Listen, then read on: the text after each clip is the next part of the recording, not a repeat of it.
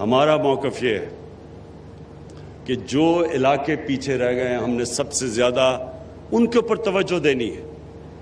اور میں جب آپ کو یہ کہتا ہوں کہ انشاءاللہ محمود خان بات ٹھیک کہتے ہیں کہ جب انشاءاللہ ہم بات کرتے ہیں قبائلی علاقے کی، ہماری پوری کوشش ہے کہ ہم زیادہ سے زیادہ فنڈز قبائلی علاقے کے اوپر خرچ کریں. مجھے تھوڑا سا افسوس بھی ہوتا ہے کہ حالانکہ ہمارے صوبوں نے یہ وعدہ بھی کیا تھا ہمارے آنے سے پہلے کہ 3% وہ اپنے NFC ایوارڈ سارے صوبے دیں گے قبائلی علاقے کو، لیکن ہم نے جب ہمیں حکومت ملی تو وہ صوبے تیار نہیں ہیں اپنے وہ فنڈ دینے کے لیے جو انہوں نے وعدہ کیا ہوا تھا. میں ان کو یاد کراتا ہوں کہ ہمارے دین کے اندر، قرآن کے اندر یہ بڑا واضح لکھا ہوا ہے کہ اپنے وعدوں کو پورا کرو. مسلمان اپنے وعدے پہ کھڑا ہوتا ہے، اور انشاءاللہ میری پوری کوشش ہے کہ ان سارے صوبوں سے جو باقی صوبے ہیں، پختونخوا نے تو اپنا شیئر دے دیا، لیکن باقی صوبے کہتے ہیں جی آگے ہی بڑے برے حالات ہیں، آگے ہمیں پیسہ نہیں پورا مل رہا. کیونکہ ملک کے تو آپ سب جانتے ہیں کہ پچھلے 2 سال سے حالات برے ہیں. ٹھیک ہونے والے تھے، پھر کرونا آ گئی، کرونا کی وجہ سے ہمارے پیسہ کم اکٹھا ہوا. لیکن میں پوری کوشش کروں گا انشاءاللہ کہ پختون جو ہمارا انضمام ہوئے علاقے ہیں، پرانا قبائلی علاقہ، میری پوری کوشش ہے کہ آپ کو ہم جو فنڈز، باقی اگر علاقوں کو فنڈز نہیں بھی ملتے، کم از کم قبائلی علاقے اور بلوچستان کو پورے فنڈز ملنے چاہیے.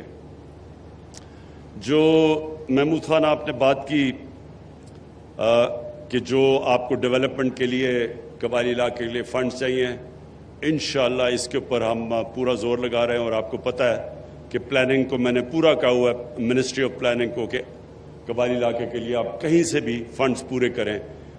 کیونکہ مجھے ایک اور خدشہ ہے، ہمارے دشمن ان لوگوں کے ساتھ پوری طرح ان کے ساتھ رابطے میں ہیں، پوری کوشش کر رہے ہیں کہ وہ عناصر جو نہیں چاہتے یہ انضمام قبائلی علاقے کا اور پختونخوا کا، وہ پوری کوشش کریں گے کہ کوئی نہ کوئی انتشار پھیلایا جائے. جو ملک سے باہر دشمن ہیں وہ اس طرح کے عناصر کو پوری طرح فنڈ بھی کرتے ہیں اور بار بار کوشش کرتے ہیں کہ کسی طرح رکاوٹیں ڈالی جائیں یہ جو انضمام ہوا ہے. اس لیے اور بھی زیادہ ضرورت ہے کہ ہم قبائلی علاقے کے اوپر پوری طرح ڈیولپمنٹ میں کوئی کسر نہ چھوڑیں. اور یہ جو انضمام کی وجہ سے ایک اور چیز ہوئی کہ یہ جو تجارت کرتے تھے یا جو چیزیں لے کے آتے تھے افغانستان سے، وہاں اب وہ باڑ لگ گئی ہے جو لگنی بھی چاہیے اسمگلنگ روکنے کے لیے، کیونکہ اسمگلنگ پاکستان کو تباہ کر رہی ہے. ہماری انڈسٹری نہیں ڈیولپ ہوتی اسمگلنگ کی وجہ سے.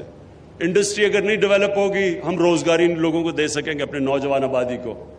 اور دوسری چیز، ہم ایکسپورٹ نہیں کر سکیں گے. اگر ایکسپورٹ نہیں کر سکیں گے پاکستان کبھی بھی یہ قرضوں کی دلدل سے نہیں نکل سکتا. تو اس کے لیے ہمیں اسمگلنگ تو روکتی ہے. لیکن وہ لوگ جو وہاں پہلے تو بارڈر تھا ہی نہیں، ان کے لیے بارڈر مارکیٹس کھولنی شروع کرنے لگے ہیں. پوری ہماری تیاری ہو رہی ہے کہ بارڈر مارکیٹس کھلیں تاکہ وہاں جو لوگ جو تجارت کرتے تھے افغانستان سے ان کے لیے موقع فراہم ہو روزگار کے.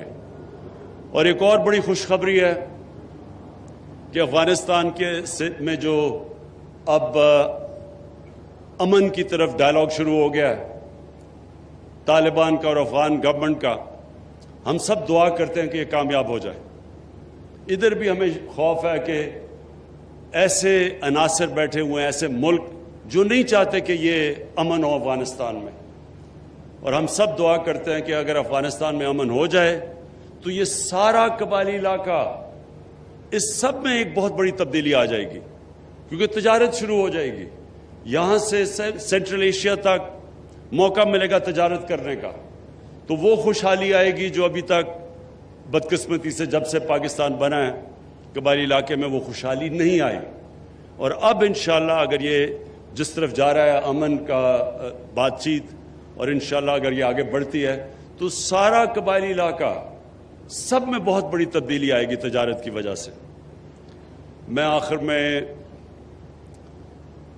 محمود خان آپ کو پوری اپنی طرف سے اور اپنی فیڈرل گورنمنٹ کی طرف سے آپ کو یہ پورا آپ کو اعتماد سے کہتا ہوں کہ ہر قسم کا آپ کے ساتھ آپ کی مدد کی جائے گی کہ یہ جو قبائلی علاقے جو آپ کا حصہ بنے پختونخوا کا، ان کی ہر قسم کی مدد کی جائے، ہر قسم کے فنڈز دیے جائیں، ہر قسم کی ڈیولپمنٹ کی جائے، کیونکہ یہاں لوگوں کو سب سے زیادہ ضرورت ہے، اور وجہ اس کی یہ کہ 70 سالوں میں یہ قبائلی علاقہ پیچھے رہ چکا ہے۔ سب سے زیادہ غربت یہاں ہے، سب سے کم تعلیم اس علاقے میں ہے، سب سے کم روزگار اس علاقے میں ہے۔ یہاں سے لوگوں کو دور دور جانا پڑتا ہے روزگار لینے کے لیے۔